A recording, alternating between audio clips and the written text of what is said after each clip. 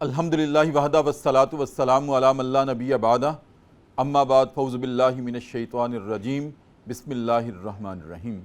السلام علیکم ناظرین، صبح کی پرنور ساعتوں میں پبلک نیوز ٹی وی چینل پر پروگرام صدائے قرآن لے کر ڈاکٹر محمد طاہر مصطفیٰ آپ کی خدمت میں حاضر۔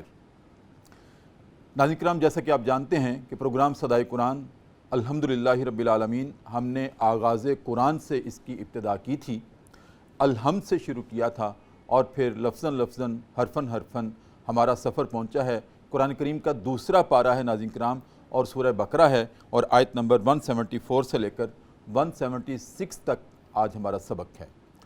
تو ناظرین کرام، آئیے سب سے پہلے ان آیات کی تلاوت سماعت کرتے ہیں امام حرمین شریفین قاری عبدالرحمن السدیس کی آواز میں۔ بسم اللہ الرحمن الرحیم۔ جو لوگ ان احکام کو چھپاتے ہیں جو اللہ نے اپنی کتاب میں نازل کیے ہیں اور دنیاوی منفعت کے لیے اس کا معاوضہ بھی وصول کرتے ہیں، وہ اپنے پیٹوں میں سوائے آگ کے اور کچھ نہیں بھرتے۔ قیامت کے دن اللہ ایسے لوگوں سے کلام تک نہیں کرے گا، نہ ان کو پاک کرے گا، اور ان کے لیے دردناک عذاب ہوگا۔ یہ وہی لوگ ہوں گے جنہوں نے ہدایت کے بدلے ضلالت خریدی اور مغفرت کے بدلے عذاب اور آگ کا عذاب قبول کرنے کے لیے تیار ہو گئے۔ حالانکہ اللہ نے تو ٹھیک ٹھیک حق کے ساتھ کتاب نازل کی تھی، مگر ایسے لوگوں نے کتاب میں اختلافات کی راہ نکالی اور حق سے بہت دور نکل گئے۔ ناظرین کرام، یہ آج ہمارا سبق ہے اور اس میں ہمارے لیے بہت اہم پیغام ہے۔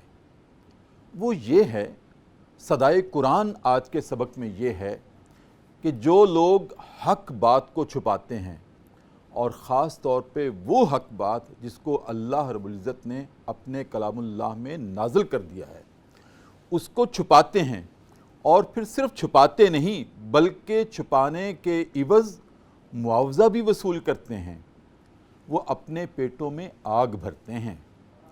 یہ اللہ نے متنبع کیا ہے۔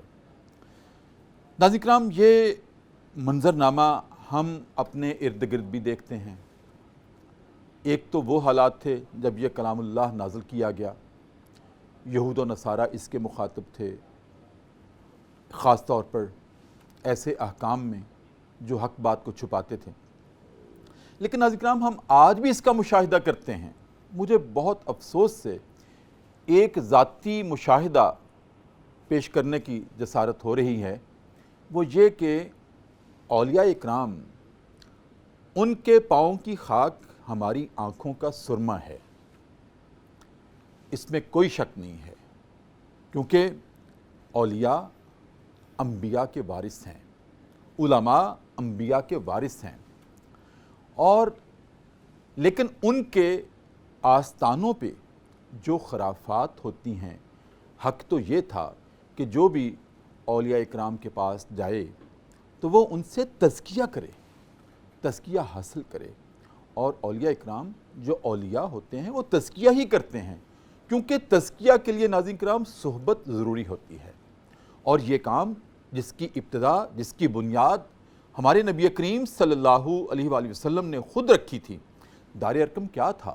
وہاں ارد گرد آپ کے جھرمٹ میں صحابہ کرام ہوتے تھے، آپ ان کی تعلیم و تربیت کا اہتمام کرتے تھے، ان کا تزکیہ کرتے تھے، اور یہ بات اللہ رب العزت نے پیغمبرانہ مشن میں خاص طور پر یہ رکھی تھی کہ تلاوت آیات، تعلیم کتاب، حکمت اور تزکیہ تو اہل اللہ کے پاس بیٹھ کر ہوتا ہے، ان کی اداؤں کو دیکھ کر ہوتا ہے۔ لیکن افسوس اس بات کا ہے کہ یہاں ہمارے ارد گرد بھی کچھ آستانے ایسے ہیں جہاں پر تزکیہ کی بجائے شرک ہوتا ہے، اور جو مرشد کریم ہوتے ہیں وہاں پر ان کا کام ہے کہ وہ حد بندی کریں کہ لوگوں، مجھے سجدہ روا نہیں ہے، لیکن ہم دیکھتے ہیں کہ عورتیں، مرد وہاں جاتے ہیں اور اپنے مرشد کے سامنے سجدہ ریز ہوتے ہیں، حالانکہ یہ کیا ہے جو کتاب اللہ میں اللہ نے بتا دیا ہے، یہ نازل کر دیا ہے کہ میرے علاوہ، اللہ کی ذات کے علاوہ اور کسی کو سجدہ نہیں ہو سکتا، نہ عبودیت کا سجدہ ہو سکتا ہے، نہ عبادت کا سجدہ ہو سکتا ہے، نہ سجدہ تعظیمی ہو سکتا ہے۔ تمام علماء کا، تمام اہل اللہ کا اس پر اتفاق ہے کہ اللہ کی ذات کے علاوہ کسی دوسرے کو سجدہ نہیں ہو سکتا، لیکن ہم دیکھتے ہیں کہ سجدہ ہوتا ہے، ایک پیر صاحب کو سامنے بٹھا کر ان کو سجدہ ہوتا ہے۔ میرا اپنا ذاتی مشاہدہ ہے، میں ایک آستانے پر جانے کا میرا اتفاق ہوا، اولیاء کے مزارات پر جانا کوئی قباحت کی بات نہیں، جانا چاہیے، لیکن اپنے تزکیہ کی خاطر کچھ لے کر آنا چاہیے، دے کر نہیں آنا چاہیے۔ تو وہاں پر میں نے اپنی آنکھوں سے دیکھا کہ مرشد سامنے بیٹھے ہیں، قوالی ہو رہی ہے، دھمال ہو رہی ہے، اور لوٹ پوٹ ہو کے سجدے کیے جا رہے ہیں پیر صاحب کو، اور پیر صاحب جب ہاتھ رکھتے ہیں ان کو ہوش آتا ہے، ہوش واپس آتے ہیں ان کے سجدے کے بعد، وہ کمر پر ہاتھ رکھتے ہیں تو پھر ان کو ہوش آتا ہے، اس سے پہلے ہوش و حواس بھی کھوئے جاتے ہیں۔ ناظرین کرام، یہ کیا ہے؟ کیا یہ حق بات کو چھپانا نہیں ہے؟ وہ مرشد اپنے مریدوں کو، اپنے ارادت مندوں کو یہ کیوں نہیں کہتے کہ ضرور مجھ سے عقیدت رکھو، مجھے چاہو، کسی کو یوں تو نہ پوجو کہ وہ خدا سا لگے؟ یہ ان کا کام ہے، بتانا، کہنا کہ یہ حد بندی ہے، لوگوں مجھ سے تزکیہ کرنا ہے تو تزکیے کے آداب یہ ہیں، میں تو تزکیے کا وہی سبق دوں گا جو میرے نبی نے دیا تھا، جو میرے صحابہ نے دیا تھا، جو اولیاء اکرام سلف سالفین نے دیا تھا، لیکن یہ نہیں ہے کہ مجھے سجدہ کیا جائے۔ میں کہتا ہوں کہ اگر ایک آستانے پر مرشد پیر اپنے لاکھوں لوگوں کو یہ علل اعلان کہہ دیں کہ یہ حد ہے، اس سے آگے شرک ہے، تو ان کے اتنی بات کہنے سے، ایک کلمہ کہنے سے کہ آگے شرک ہے، لاکھوں لوگوں کو ہدایت ہو سکتی ہے۔ لیکن نہیں ہم بات کرتے، نہیں ہم اس بات کو چھپاتے ہیں، اور ساتھ وہ بارش ہوتی ہے، پیسوں کی بارش ہوتی ہے۔ ناظرین کرام، بڑا تلخ موضوع ہے آج کا، اور بڑی قساوت قلبی ہوتی ہے یہ سوچ کر کہ ہم کسی اور کو سجدہ کرتے ہیں۔ اللہ نے منع کیا ہے، رسول اللہ نے منع کیا ہے کہ اگر اللہ کی ذات کے علاوہ سجدہ روا ہوتا، نبی کو سجدہ نہیں ہو سکتا، نبی کے مزار پہ سجدہ نہیں ہو سکتا، تو پھر باقی پیچھے کیا رہ گیا ہے؟ تو نبی کریم صلی اللہ علیہ وسلم نے کہا تھا کہ میری ذات کے علاوہ اگر کسی کو سجدہ روا ہوتا تو میں بیویوں سے کہتا کہ اپنے شوہروں کو سجدہ کر، لیکن وہ بھی جائز نہیں تھا، لہٰذا نہیں کہا گیا، کیٹیگوریکلی بین ہے یہ سب کچھ، سجدہ صرف اللہ کی ذات کو ہے۔ لیکن ہم کیوں چھپاتے ہیں، کیوں نہیں بتاتے؟ یہ جس کا ہم کلمہ پڑھتے ہیں، یہ حق ہے اس کلمے کا، لا الہ الا اللہ، اللہ کے سوا کوئی الہ نہیں ہے، محمد رسول اللہ، اور یہی ہم نے اپنے نبی سے سیکھا ہے، یہی تو رسالت ہے، یہی تو رسالت کا پیغام ہے ہمارے لیے۔ تو ناظرین کرام، اس دکھتے ہوئے موضوع پر بڑے ہیوی ہارٹڈ ہو کے آج گفتگو کرنی پڑ رہی ہے مجھے، لیکن کلام اللہ ہے، صدا ہے، قرآن کی صدا ہے کہ لوگوں اب مانو نہ مانو جانے جہاں اختیار ہے، ہم نیک و بد حضور کو سمجھائے جاتے ہیں۔ ناظرین کرام، اس پہ ہم گفتگو کریں گے، اور گفتگو کرنے کے لیے میری دائیں جانب جو شخصیت ہیں ماشاءاللہ، ان کے سفید بال آپ کو بتائیں گے کہ ان کا بڑھاپا جس پر ان کی جوانی بھی ناز کرتی ہوگی، یہ ایسا بڑھاپا ہے کہ جن پر بہت ساری جوانیاں ناز کرتی ہوں گی، کہ اللہ رب العزت نے میرے آج کے مہمان کو، جو پروفیشنلی انجینئر ہیں لیکن قرآن سے والہانہ وابستگی، علامہ اقبال کے ذریعے سے، علامہ کے ذریعے سے، حکیم الامت کے ذریعے سے، آپ بانی صدر ہیں علامہ اقبال فورم، فکر اقبال فورم کے بانی صدر ہیں ماشاءاللہ۔ ایک حلقہ ہے ان کا فکر اقبال کا، اور فکر اقبال کیا ہے؟ وہ قرآن ہی تو ہے۔ قرآن اگر فکر اقبال سے نکال دیا جائے باقی کچھ بھی نہیں بچتا۔ ناظرین کرام، آج تشریف رکھتے ہیں پروگرام صدائے قرآن میں جناب انجینئر وحید خواجہ۔ السلام علیکم ورحمۃ اللہ۔ وعلیکم السلام ورحمۃ اللہ وبرکاتہ۔ بہت شکریہ، آج آپ تشریف لائے، آپ سے گفتگو کا سلسلہ ابھی شروع کرتے ہیں، میں تعارف کروا لوں۔ اور میری بائیں جانب ناظرین کرام، آپ کی جانے پہچانے پروگرام صدائے قرآن کے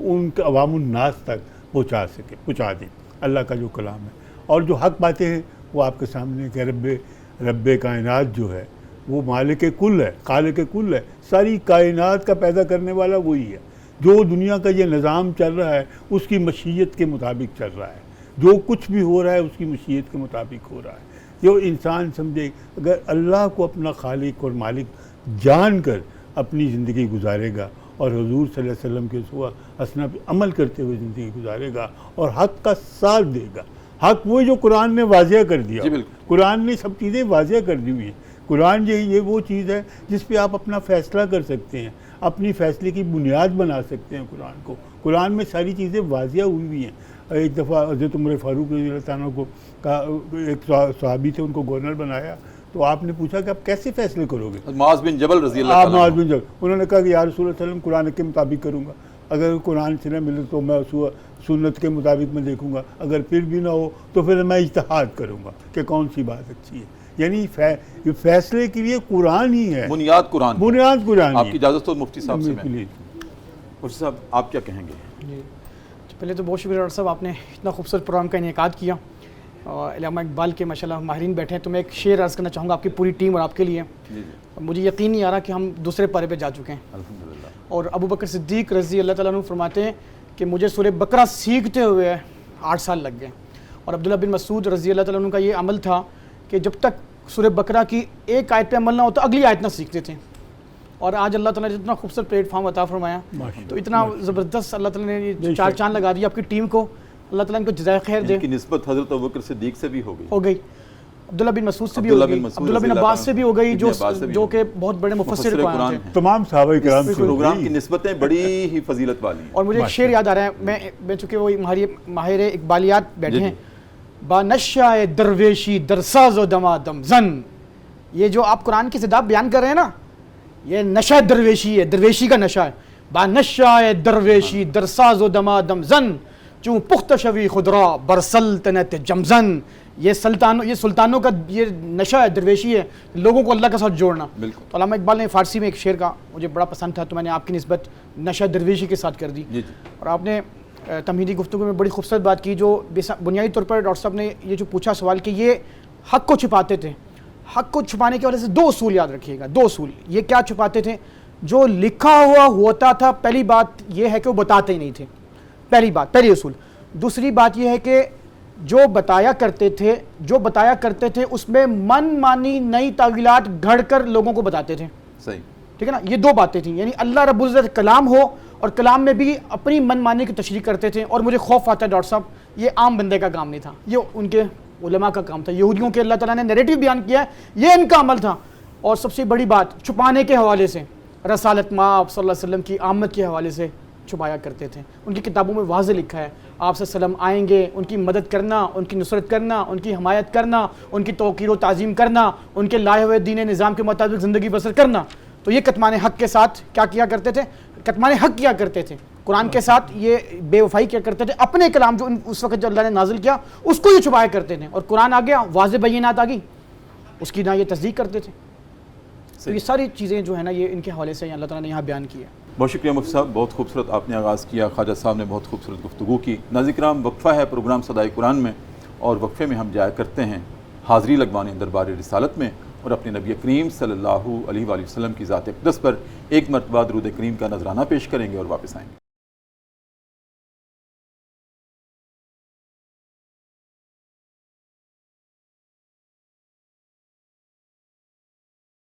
وقفے کے بعد ناظرین کرام دوبارہ آپ کی خدمت میں حاضر ہیں. پروگرام صدائے قرآن ہے، پبلک نیوز ٹی وی چینل ہے، ہمارا لاہور اسٹوڈیوز ہے، اور آج ہمارا سبق پہنچا ہے صدائے قرآن میں.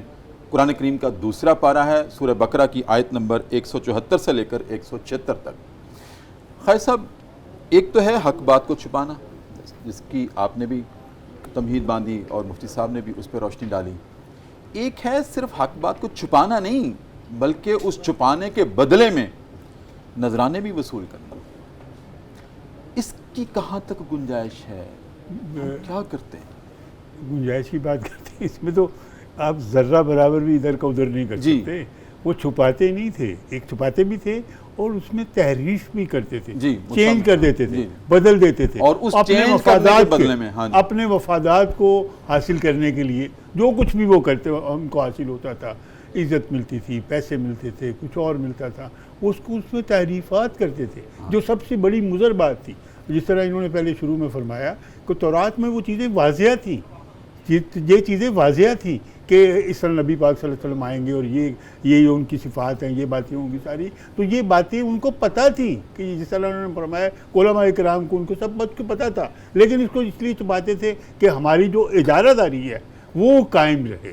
ان کے بات کو چھپا لیا، کسی ظاہر نہ کیا کہ یہی، وہ کہتے تھے یہی نبی ہیں جن کی باتیں کرتے، وہ کہتے تھے نہیں یہ نبی نہیں ہے، وہ باتیں کچھ اور کرتے تھے. اس کے بدلے میں وہ معاوضہ لیتے تھے. بات کو آگے چلا. جی. اچھا، اس کے بدلے میں معاوضہ لیتے تھے، جو بھی معاوضہ کی شکل تھی وہ ناجائز تھی. اچھا، اب وہ جو ان کو معاوضہ ملتا تھا، پیٹ پوجا کرتے تھے، پیٹ میں وہ اپنی غذائیت کو بڑھاتے تھے، کرتے تھے. وہی اللہ نے وہاں گئے جا کے فرمایا ہوا ہے نا کہ وہ اپنے پیٹ میں آگ بھرتے تھے، اپنے پیٹوں میں. بے شک دور وہ ہو یا آج کا کسی وقت کا بھی ہو، جب بھی آپ یہ باتیں کریں گے، حق کو چھپائیں گے یا حق کو بیچیں گے یا اس کے ادل بدل کر کے اس کو پیش کریں گے تو آپ اس کی پکڑ میں آ جائیں گے. جس طرح اللہ پاک آگ بھی وہ پیٹ میں آگ بھرنا ہی ہے. آگ بھی دیکھیں، جس طرح اللہ پاک کا ایک ہے کہ اگر اللہ پاک کی آپ اطاعت میں، نبی پاک صلی اللہ علیہ وسلم کی اطاعت میں آئیں گے تو اللہ تعالیٰ آپ کو بہت زیادہ انعامات سے نوازیں گے. صحیح بات ہے. اگر آپ ایسا نہیں کریں گے، ایسا نہیں، جان بوجھ کے نہیں کریں گے، جانتے ہوئے نہیں کریں گے، تو پھر اللہ کے عذاب سے بھی ڈریں. ان کا عذاب بھی بہت بڑا ہے، ان کا غضبناک ہونا بہت زیادہ ہوگا. جس طرح وہ انعامات سے آپ کو نوازیں گے نا، اسی طرح بھی نوازیں گے. جیسے اگلی باتوں سے پھر عذاب بھی، توبہ کو عذاب برداشت کر سکتا ہے. یہاں گرمی کا دن ہو، گزارا نہیں ہوتا ایک دن تھوڑی دیر دھوپ میں بیٹھنے کے، اب تو وہاں تو پھر جو آگ کا عذاب ہے. میں کہا کرتا ہوں کہ ایک ہم وہ جو ایک جہنم کی آگ ہے، دنیا کی آگ سے اس کی شدت اور حدت ہم اس کا اندازہ نہیں کر سکتے، اور دنیا کی آگ کا ہم ایک انگارہ نہیں اپنی مٹھی میں بند کر سکتے. بالکل. تو کیسے ہم اس آگ کو جھیلیں گے؟ نہیں برداشت کرتے. لیکن وہ بندہ اس سے بے خبر ہے نا، اس اپنے بے خبر ہے کہ وہ پھر عذاب اللہ کی طرف سے، اس کا کچھ، اس کی طاقت ہی سب بہت بڑی طاقت کا مالک ہے. جس طرح وہ چاہے کر سکتا ہے، اس کو کوئی روک سکتا ہے؟ وہ جس طرح وہ عذاب دے گا، اللہ پاک معاف فرمائے. گناہ، غلطیاں، کوتاہیاں تو انسانوں سے ہوتی ہیں، جیسے ہم سے بھی چلو ہو گئی. اس کی پھر یہ ہے کہ اگر آپ نے توبہ تائب ہو گئے، اس سے ختم کر دیا اس بات کو کہ آگے سے میں نے یہ جرم نہیں کرنا، تو پھر اللہ معاف کر دے گا. لیکن اگر آپ اس پہ تکرار کرتے رہے، یعنی ایک ہوتا ہے کہ غلطی کوتاہی کرنی کہ وہ اللہ سے بغاوت کی شکل نہیں ہے. بالکل. ایک ہے غلطی کوتاہی اپنی سائبن ہو گئی، آپ چلو آپ علم میں نہیں تھا، آپ کا ویک ایریاز ہیں، چلو اس طرح انسان باتیں ہیں. لیکن اگر آپ نے بغاوت کی، اللہ سے بغاوت کی شکل ہو گئی کہ آپ باغی بن کے آپ نے وہ کام کیا، تو پھر اللہ آپ کو کبھی معاف نہیں کرے گا اور اللہ کے غضب سے پھر آپ بچ نہیں سکیں گے. جی مفتی صاحب کیا ارشاد فرمائیں گے اسی موضوع؟ بالکل درست فرمایا کہ جو اللہ کی دین میں تعریف کرتے ہیں اور من مانی کرتے ہیں اور فتویٰ کو ایسے آسان کر کے پیش کرتے ہیں، جو اللہ کا حکم تھا اس کو سائڈ پہ کر کر اپنی من مانی تشریح کر کے حق کو چھپاتے ہیں، تو اللہ نے ان کے بارے میں نیریٹو بیان کیا کہ یہ دین کو بیچ رہے ہیں اور اپنے پیٹوں میں آگ بھر رہے ہیں. بالکل. تو اس والے سے ایک ہمارے ہاں جو آج کی موجودہ شکل ہے، ایک تو یہ ہے کہ ہم ایک طاعت دین، اس پہ تو آپ بالکل معاوضہ نہیں لے سکتے. طاعت دین یہ ہے کہ آپ نماز پڑھاتے ہیں، آپ لوگوں کو تلقین کرتے نہیں لے سکتے. لیکن ایک ہے خدمت دین. خدمت دین میں چونکہ آپ اپنا ٹائم، دین میں اپنا وقت صرف کیا جاتا ہے، اپنا صرف وقت صرف کیا جاتا ہے. دیکھیں کوئی اور بھی کام آپ کر سکتے ہیں. ایگزیکٹلی آپ اپنے اس میں کوئی اور بھی کام کر سکتے ہیں. اور آج کے علماء فرماتے ہیں کہ یہ بقائے دین کا عارض ہے. یہ نماز پڑھانے کا معاوضہ نہیں ہے. بالکل نہیں ہے. نماز پڑھانے کا معاوضہ نہیں ہے، اس میں نہیں آئے گا، اس میں بالکل نہیں ہے. یہ تدریس قرآن کا معاوضہ نہیں ہے. ٹائم کی یا اپنے وقت کی، اپنے جان و مال کی وہ وقف کرنے کا ہم اس کو کہہ سکتے ہیں. حضرت عمر رضی اللہ تعالیٰ عنہ نے اپنے دور خلافت میں کیا مؤذنین اور ائمہ کرام کے وظائف مقرر نہیں کیے؟ وہ کچھ اور بھی کر سکتے تھے. میں اس کی مثال ایسے دوں گا جیسے ایک مزدور ہے، اس مزدور کا کام مزدوری کرنا ہے، مکان بنانا ہے، ٹھیک ہے نا. آپ نے اس کو اپنے گھر میں بٹھا کر صبح سے لے کے شام تک اس کے آپ نے ٹائم لیا، اس کو کھانا کھلایا اور اس کو آپ نے واپس بھیج دیا. اب آپ نے اس کا ٹائم لیا ہے، اس ٹائم کے نتیجے میں آپ اس کو کیا دیں گے؟ معاوضہ دیں گے. یہ اس ضمن میں وہ معاوضہ وقت کا ہے، وہ معاوضہ وقت کا ہے، اوقات وقف کرنے کا ہے. دین کا نہیں ہے. دین تو خدمت آپ کریں گے، وہ تو ہر بندے پہ لازم ہے، ضروری ہے. یہ بڑی اچھی بات آپ نے وضاحت کر دی. تو قیامت کے دن اللہ رب العزت ایسے لوگوں سے کلام تک نہیں کرے گا.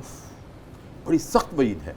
ایک تو یہاں یہ بھی ارشاد فرمائیے کہ اللہ کا کلام کرنا یہ بڑا پرلطف بڑا پرکیف ایک نظارہ ہے. قرآن کریم کی بہت بڑی بشارت ہے کہ اللہ کلام کرے گا اپنے مقربین سے, لیکن ایسے لوگوں سے اللہ کلام تک نہیں کرے گا. بالکل, تھوڑی سی اس کی وضاحت فرمائیں ہمارے ناظرین کے لیے کہ اللہ کا کلام کرنا. اس سے پہلے یہ بات یہ جو اللہ کے دین کو بیچتے ہیں اور اپنے مفادات کو اوپر رکھتے ہیں, اپنے پیٹوں میں آگ بھرتے ہیں. پیٹوں میں آگ بھرنے کے والے سے یتیم کا جو مال کھاتے ہیں ان کے لیے اللہ نے فرمایا, اللہ کے نبی کو معراج کی گئی اور فرمایا کہ آپ نے جب دیکھا نظارہ کہ قیامت کے دن کچھ ایسے لوگ ہیں جو جن کے پیٹ تندور کی مانند جل رہے ہیں, آگ ہیں. تو جبرائیل نے ان سے پوچھا یہ کون لوگ ہیں؟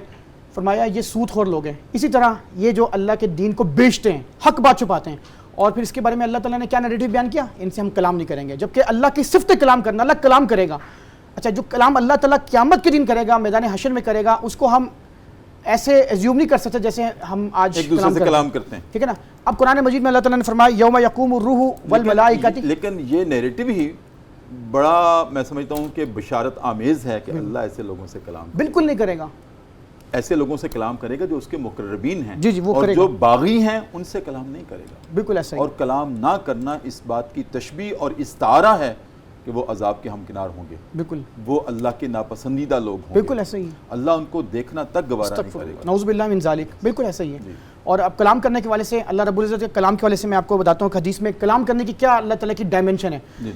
قیامت کے دن ہوگا جب حشر لگے گا تو اللہ کہے گا کون ہے جو اپنے اعمال سامنے پیش کرے, کون ہے اپنے جو اعمال اپنے سامنے پیش کریں. تو سب لوگ ڈر جائیں گے.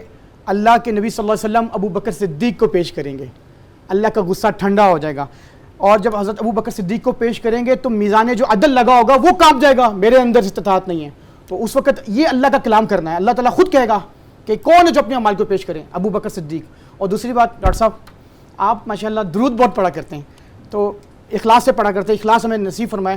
اب اللہ رب العزت کے حوالے سے یہ آتا ہے کہ اللہ کا جب عرش ہوگا تو عرش کے بائیں جانب حضرت آدم علیہ السلام کھڑے ہوں گے, اور ایک بندے کو گھسیٹ کے لے جایا جا رہا ہوگا جہنم کی طرف, 2 فرشتے پکڑ رہے ہوں گے. تو حضرت آدم علیہ السلام اللہ کے نبی سے کہیں گے اے رسول اللہ آپ کی امتی کو گھسیٹا جا رہا ہے. تو آپ پکاریں گے تو اس وقت فرشتے توجہ نہیں دیں گے, پھر آپ اللہ سے کلام کریں گے. آپ کہیں گے یا اللہ آپ نے تو کہا تھا وَلَا سَوْفَ يُعْتِيكَ رَبُّكَ فَتَرْضَىٰ, ہم آپ کو راضی کر دیں گے. تو اللہ رب العزت اس وقت کلام کرے گا, اور اس کو بخش دو, اس نبی کی بات کو سنو. تو اللہ رب العزت کے اذن سے وہ فرشتے جو ہیں وہ کیا کریں گے, اس امتی کو بچا لیں گے. تو اللہ کے نبی کا وہ امتی کہے گا یا رسول اللہ آپ نے مجھے بچا لیا. تو اللہ کے نبی کہیں گے تم نے اخلاص سے ایک مرتبہ مجھ پر درود پڑھا تھا. سبحان اللہ. تو اللہ کلام کرے گا. ہمارا پروگرام تو ماشاءاللہ لبریز رہتا ہے ہر وقت میں درود کریم سے. اللہ اس کو بھی اسی طرح سے قبولیت کا شرف بخشے. لا يتكلمون الا من اذن له الرحمن وقال صوابا. اللہ رب العزت کلام کریں گے, اللہ کلام کریں گے جس کو اجازت دے گا. خالد صاحب آپ اس پہ کوئی اب میں تھوڑی سی بات یہ کر رہا تھا, یہ جو معاوضے کی پہلے بات ہوئی تھی میرے ذہن میں 2 باتیں ہیں. جی حضرت ابو بکر رضی اللہ تعالیٰ عنہ جب خلیفہ اول بنے تو تجارت کے لیے نکلنے لگے نا بازار میں, اپنا کام کرتے تھے, تجارت کرتے تھے. حضرت عمر فاروق نے کہا نہیں اب تم یہ کام نہیں کرو گے, اب صرف تم نے خلافت کرنی ہے اور مطلب اپنے معاملات کو دیکھنا ہے, سارا وقت جو آپ اس پہ صرف کریں اور اس سے معاوضہ لیں, وہ جو کہتے ہیں خزانے سے وہ آپ اپنا ماہانہ مقرر کریں. وہ تھا. پھر اس کے بعد دوسرے ایک بزرگ جو ان کا نام آتا ہے امام مالک کے ساتھ تھا, ان کو افورڈ کرتے تھے. ایک اور بزرگ تھے سیف, بڑے بزنس کمیونٹی کے تھے. انہوں نے ان کو کہا ہوا تھا کہ آپ دین کی خدمت میں لگے رہیں, دین کے کاموں میں لگے رہیں, دنیا داری چھوڑ دیں, دنیا کے کاموں میں نہ لگیں. اس کو میں افورڈ کروں گا, اللہ نے دیا ہوا ہے. پتہ نہیں وہ کتنے لباس روز یہ بتن کرتے تھے, ہر روز بدلتے تھے. تو انہوں نے امام موتا کی کون سی کتاب ہے, موتا ملک, وہ لکھی انہوں نے اسی دوران وہ افورڈ کر رہے تھے. مجھے ایک تو بات یہ ہو گئی کہ یہ اسی طرح ہی بات ہے. پھر قربان جائیں حضرت عمر فاروق رضی اللہ تعالیٰ عنہ کے, جو انہوں نے معاوضے کی شکل اور وظیفے مقرر کیے. یہ لا ابھی تک بڑی بات یو کے میں عمر لاز کے نام سے, کنٹری میں عمر لاز سے, عمر لاز سے, یعنی جو بچہ وہاں پیدا ہوتا ہے پتہ نہیں 30 پاؤنڈ کے 300 پاؤنڈ کو ملتے ہیں. یہ مطلب اسی بات کو مد نظر رکھا ہوا ہے کہ بھئی یہ کام اس طرح ہونا چاہیے. بالکل. لیکن ہم لوگ اس سے بڑے بہت ہی غافل ہو گئے. میں اپنے جو بڑوں کے اصول تھے، باتیں تھیں، صحیح۔ اخلاق تھی، محبت تھی. میں تو اکثر و بیشتر یہ کہنا پڑتا ہے کہ دیکھیں حضور صلی اللہ علیہ وسلم نے جتنا زبردست انقلاب اس دنیا میں لے کے آئے، کس طرح لے کے جی بالکل. خالد صاحب ایک وقفہ ہے دوبارہ. ناظرین کرام، خالد صاحب نے بڑی خوبصورت اس بات کی نشاندہی کی ہے کہ، اور مفتی صاحب نے بھی اس کی وضاحت کر دی ہے، اور کیٹیگوریکلی میں ایک دفعہ پھر اپنے پروگرام میں اس کی وضاحت کر دوں کہ خدمت دین کا جو معاوضہ ہے یہ تو ہمارے اسلاف نے طے کیا ہے، صحابہ نے طے کیا ہے، لیکن وہ اپنا وقت وقف کرنے کا ہے، اپنا وقت وقف کرنے کا معاوضہ ہے. وہ قرآن پڑھانے کا یا نماز پڑھانے کا نہیں ہے، بلکہ اس کے لیے اپنے آپ کو مختص کر دینے کا ہے. حالانکہ اسی وقت آپ کوئی دوسرا کام بھی کر سکتے تھے. زندگی ہے، اس کے لوازمات ہیں. تو جیسے خالد صاحب نے بڑی خوبصورت بات کہی، میں ایک دفعہ پھر اس کو ریپیٹ کرنا چاہوں گا کہ حضرت ابوبکر صدیق رضی اللہ تعالیٰ عنہ جب خلیفہ بنائے گئے تو خلافت کا اوتھ ٹیکنگ سیرمنی کے بعد اگلے دن بازار میں جا رہے تھے تو حضرت عمر فاروق رضی اللہ تعالیٰ عنہ ملے کہ امیر المومنین کدھر جا رہے ہیں؟ کہا کہ میں نے اپنی زندگی گزارنی ہے، میں نے کمانا ہے، اگر کماؤں گا نہیں تو کھاؤں گا کیسے؟ تو میں اپنے کام پہ جا رہا ہوں. تو حضرت عمر رضی اللہ تعالیٰ عنہ نے کہا کہ امیر المومنین اگر آپ اپنے اسی طرح سے کام میں مشغول ہو گئے تو ریاست کے امور کون چلائے گا؟ آپ امیر المومنین بنائے گئے ہیں. زبردست. تو پھر انہوں نے کہا میں کیا کروں؟ کہا کہ امیر المومنین آپ کا ذمہ ہم لیتے ہیں، بیت المال سے آپ کو اس کا معاوضہ دیا جائے گا، آپ ریاست کے امور سر انجام دیں، بالکل. ہم آپ کو صبح و شام بیت المال سے آپ کا معاوضہ آئے گا جس سے آپ کی معاشی زندگی پروان چڑھے گی. بالکل ٹھیک. اور پھر ناظرین کرام یہ وہی ابوبکر صدیق کی معاشی زندگی ہے کہ بیت المال سے صبح و شام آپ کے گھر میں آٹا آتا تھا اور یہ پوچھ کر آتا تھا کہ امیر المومنین گھر میں کوئی مہمان تو نہیں ہے؟ آپ کہتے تھے نہیں ہے، میں ہوں یا میری اہلیہ ہیں یا میری بیٹی ہے. تو اتنا 2 بندوں کا 3 بندوں کا پوچھ کر راشن آتا تھا بیت المال سے. ایک دن کیا ہوا ناظرین کرام کہ آپ کی بیٹی ہماری ماں سیدہ عائشہ صدیقہ طاہرہ رضی اللہ تعالیٰ عنہا وہ آپ کے پاس تشریف لائی ہوئی تھی اور بیت المال سے روزانہ راشن آتا تھا. ایک دن بیٹی تھی نا، دل کیا کہ باپ کو کبھی کھانے کے ساتھ میٹھا بنا کے دوں، تو کھانے کے ساتھ میٹھا بنا کے دیا. تو ابا نے پوچھا، ابوبکر صدیق رضی اللہ تعالیٰ عنہ نے، امیر المومنین نے پوچھا بیٹی یہ کہاں سے آ گیا؟ جو راشن آتا تھا اس سے تو صرف 2 روٹیاں پک سکتی تھیں، یہ حلوہ کہاں سے بن گیا، میٹھا کہاں سے بن گیا؟ کہا ابا جان آپ کی بیٹی ہونا، میرا دل چاہتا تھا کہ کبھی تو اپنے ابا کو کھانے کے ساتھ میٹھا بنا کے دوں. تو ابا جان میں روزانہ جو آٹا آتا تھا 2 بندوں کا اس میں سے ایک ایک چٹکی الگ کرتی رہی اور 22 دن میں اتنا سا آٹا ہوا تو میں نے سوچا آج اپنے ابا کو میٹھا بنا کے دوں. فوراً بیت المال میں حکم جاری کر دیا کہ مجھے جو روزانہ راشن آتا ہے اس میں سے ایک چٹکی آٹا کم کر لیا جائے، کیونکہ اس کے بغیر میرا گزارا ہو رہا تھا. یہ تو بیٹی کی محبت ہے، لیکن جب تک میری رعایا میں بسنے والے ہر شخص کو، میری ریاست میں بسنے والے ہر شخص کو کھانے کے ساتھ میٹھا نصیب نہیں ہوتا، ابو بکر پر حرام ہے. ناظرین کرام یہ ہے دور سلطنت ہمارا کہ جس میں امیر المومنین اس وقت تک چین سے میٹھا نہیں کھا رہے جب تک کہ میری رعایا نہیں کھاتی، ہر شخص کو جب تک نصیب نہیں ہوتا. ناظرین کرام میری بات لمبی ہوگی، وقفہ ہے. پروگرام صدائے قرآن میں ہم چلتے ہیں دربار رسالت میں اور جلدی سے ایک مرتبہ پھر درود کریم کا نذرانہ پیش کرتے ہیں بارگاہ نبوی میں اور واپس آتے ہیں.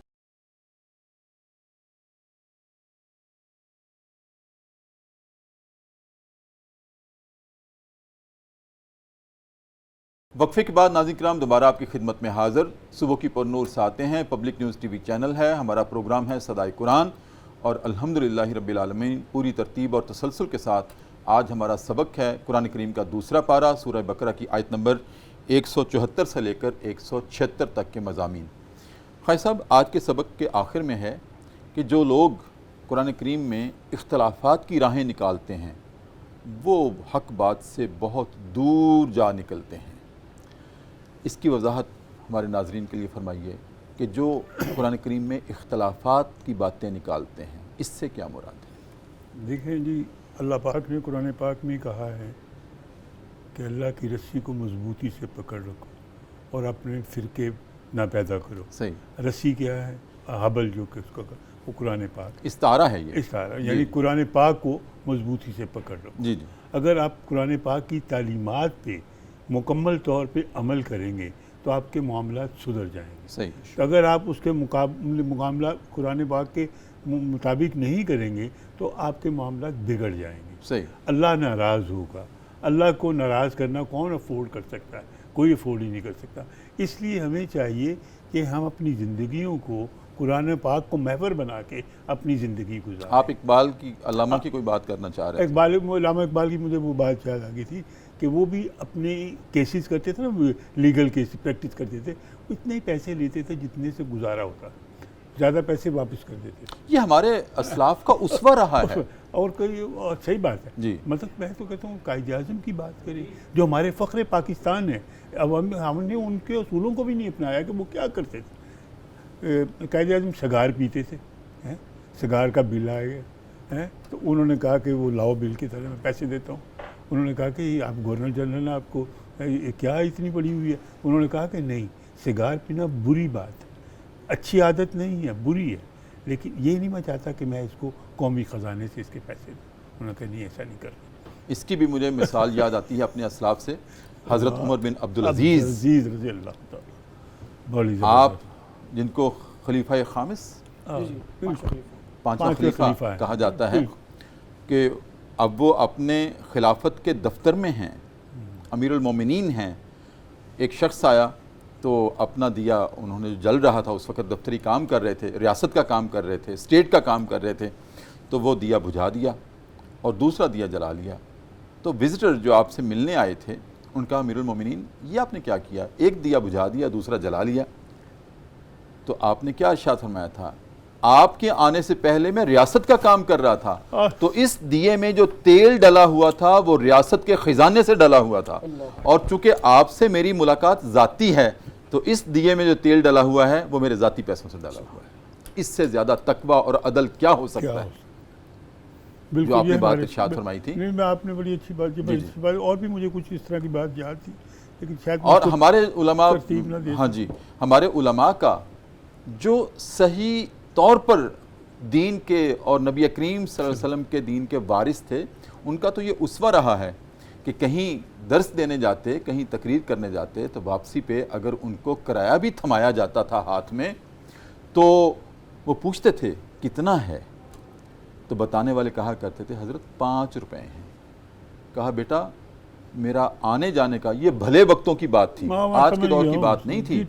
ہاں جی. کہا بیٹا میرا آنے جانے کا کرایہ 1.5 روپیہ ہے، 3.5 روپے تم واپس لے لو. یہ ہمارا ماضی ہے.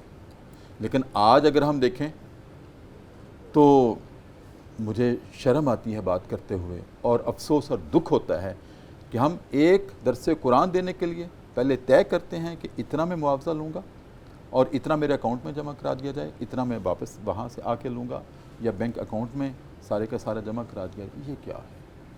سر آپ دیکھیں، میں یہ کہہ رہا ہوں کہ ہم نے جھوٹ اور سچ کو گڈ موڈ کر دیا ہوا ہے، برائی اور بلائی کو گڈ موڈ کر دیا ہوا ہے.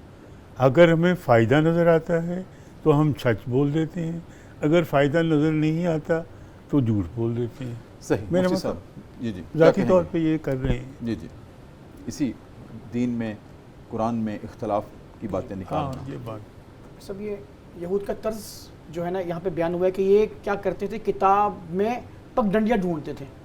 2 باتیں ہیں اس میں، ہماری وقت قلیل ہے، 2 باتیں ہیں.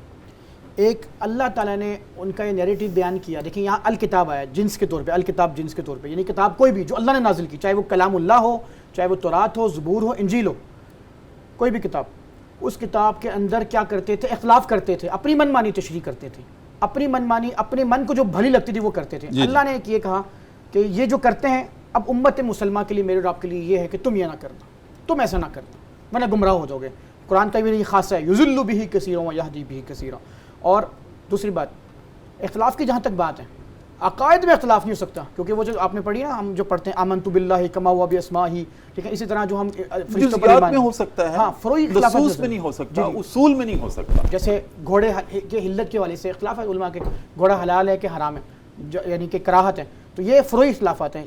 دین کے جو اصول ہیں، مبادیات ہیں، اس پہ اختلاف نہیں ہو سکتا. الیوم اکملت لکم دینکم، آج دین مکمل کر دیا ہے، اس میں اختلاف نہیں ہو سکتا. بالکل نہیں ہو سکتا. دین کامل ہے، روز و روشن وقت اور حالات و زمانہ کے اعتبار سے اس کی جزیات میں اور عملی تدبیر میں اختلاف ہم اولا اور عدم اولا کی بات کر سکتے ہیں. ایسا ہی ہے.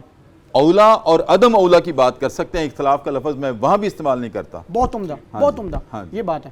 تو اس لیے یہود کا یہ معاملہ تھا، تم ایسا نہ کرنا. تم اپنے من مانی جو تمہارے اندر جو ہے وہ فتنہ انگیزی ہے، اس کو کم از کم یہ نہ دیکھنا کہ میں اس پیراڈائم میں دیکھ رہا ہوں اپنے کلام کو. نہیں، جو اللہ کلام ہے وہی اصول، وہی چیز رکھنا اور منشا الہی ڈھونڈنا. صحیح. بہت شکریہ مفتی صاحب آپ کی آمد کا.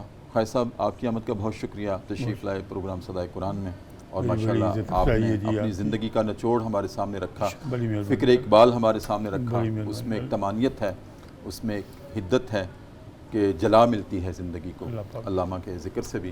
وہ سب آپ کا بھی بہت شکریہ. ناظرین کرام، اب وقت ہوا ہے پروگرام صدائے قرآن میں ذکر صاحب قرآن کا. اور ناظرین کرام، آج نبی کریم صلی اللہ علیہ وآلہ وسلم کے ذکر کے بارے میں جو میں بات آپ کے سامنے رکھنا چاہتا ہوں وہ آپ کا انفاق اور زکوٰۃ کا معمول تھا. اب انفاق اور زکوٰۃ دونوں کے معنی یہ ہیں کہ اللہ کے راستے میں محروموں کے لیے خرچ کرنا، یتیموں کے لیے خرچ کرنا، سائلین کے لیے خرچ کرنا، فقراء کے لیے خرچ کرنا، مساکین کے لیے خرچ کرنا، اور ان کے لیے خرچ کرنا جو کچھ کہنا چاہتے ہیں، لب کپ کپاتے ہیں لیکن کچھ کہہ نہیں پاتے. ایسے بھی لوگ ہوتے ہیں. ناظرین کرام، اس کے لیے اللہ رب العزت نے جو دو زاویے دیے ہیں ہمارے دین میں اپنے نبی کے ذریعے سے، وہ ایک ہے انفاق جس کے ساتھ فی سبیل اللہ کی شرط ہے، اور دوسرا زکوٰۃ. اب دونوں میں فرق کیا ہے کہ انفاق ہم ہر روز کر سکتے ہیں اور کبھی نہ بھی کیا تو کوئی گناہ نہیں ہے، لیکن زکوٰۃ ایک وہ اصول ہے ہماری شریعت کا کہ ایک نصاب طے ہے کہ اس نصاب تک اگر آپ کی بچتیں پہنچ جائیں تو پھر اس میں سے 2.5% اللہ کی راہ میں سال کے بعد نکالنا ہر صورت لازمی ہے، اور نہ نکالا تو اس پہ بھی گرفت ہوگی. جس نے زکوٰۃ کا انکار کیا اس پر گرفت ہوگی. جنگ یمامہ حضرت ابوبکر صدیق رضی اللہ تعالیٰ عنہ نے جنگ لڑی تھی مانعین زکوٰۃ کے خلاف. اچھا، یہ ناظرین کرام طے ہے کہ زکوٰۃ ایک سال کی بچتوں پر ہوتی ہے جب ایک صاحب نصاب ہو جائیں. نبی کریم صلی اللہ علیہ وآلہ وسلم نے زندگی بھر کبھی زکوٰۃ نہیں دی تھی. میں پھر کہہ رہا ہوں، آپ نے کبھی زکوٰۃ نہیں دی تھی. کیوں؟ کبھی آپ نے سال بھر اتنا مال جمع ہی نہیں کیا تھا کہ اس پر زکوٰۃ عائد ہوتی. آپ جو آتے تھے سخاوت کر دیتے تھے، اللہ کی راہ میں انفاق کر دیتے تھے، تقسیم کر دیتے تھے. اپنے پاس تو رائی برابر آپ نے کبھی رکھا ہی نہیں تھا. ایک رات کیا ہوا کہ حضرت عائشہ صدیقہ طاہرہ رضی اللہ تعالیٰ عنہا ہماری ماں گواہی دیتی ہیں کہ نبی کریم کروٹیں لے رہے تھے، بار بار بے چینی تھی، بے سکونی تھی. تو میں نے پوچھا یا رسول اللہ کیا بات ہے؟ کوئی تکلیف ہے؟ کوئی سر میں درد ہے؟ کوئی اور عارضہ ہے آپ کو؟ آج آپ کروٹیں لے رہے ہیں، آپ کو نیند نہیں آ رہی، کیا بات ہے؟ کسی سے کوئی بات ہوئی ہے؟ مجھے بتائیں. اب بیوی پوچھتی ہے تو آپ نے ارشاد فرمایا، عائشہ کیا بتاؤں، بہت بے چین ہوں، سخت بے سکون ہوں. یا رسول اللہ بتائیں تو صحیح کس وجہ سے. آپ نے اپنے تکیہ اٹھایا تو نیچے 3 درہم پڑے تھے. ناظرین کرام 3 درہم پڑے تھے.